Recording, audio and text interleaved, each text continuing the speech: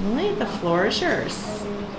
As many of you know, yesterday was Mother's Day, a day dedicated to celebrating mothers everywhere. I believe mothers deserve to be celebrated every day.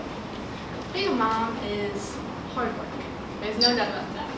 Anyone who says otherwise has clearly not had to deal with kids for more than 24 hours. Kids can be aggravating, unappreciative, and very expensive. We truly don't deserve mothers. Mothers have an insane amount of patience, and they certainly don't get paid enough for everything they do. My mom raised my sister and I with more grace and love than we probably deserved at times.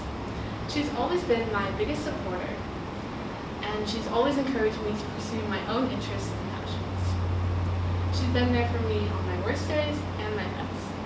When I'm sick, she's always willing to take care of me with my favorite chicken soup, and she never fails to show up to my sister or I's sporting events.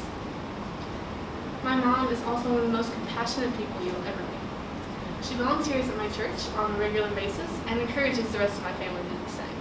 She carries around bags of food and water in her car in case that she might ever come across someone who needs it. And I'll never forget the time that she made my dad pull over on the side of the highway so she could help an injured dog on the service road. My mom is also one of my biggest inspirations. After retiring from her job at Verizon, she decided to open up her own business buying and selling real estate, and she shows me that hard work and determination really pulls off. And I know that everyone thinks that their mom is the best cook, but my mom is really the best cook. Most nights she makes meals for our family and tries to make sure that we all eat together whenever we can. And she makes sure she puts some love with all of her meals and that anyone who eats at her house, family or guests, never goes hungry. She's also pretty cool.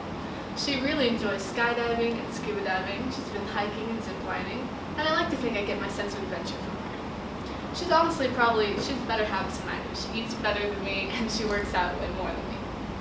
She's also very competitive, and I would not recommend going go-karting with her unless you enjoy being cut off.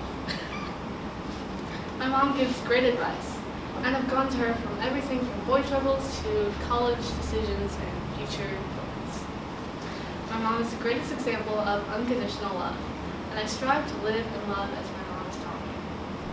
My mom is the strongest woman I know, and I wouldn't be the person I am today without her. So, thank you to all the moms out there, and especially big thanks to my mom.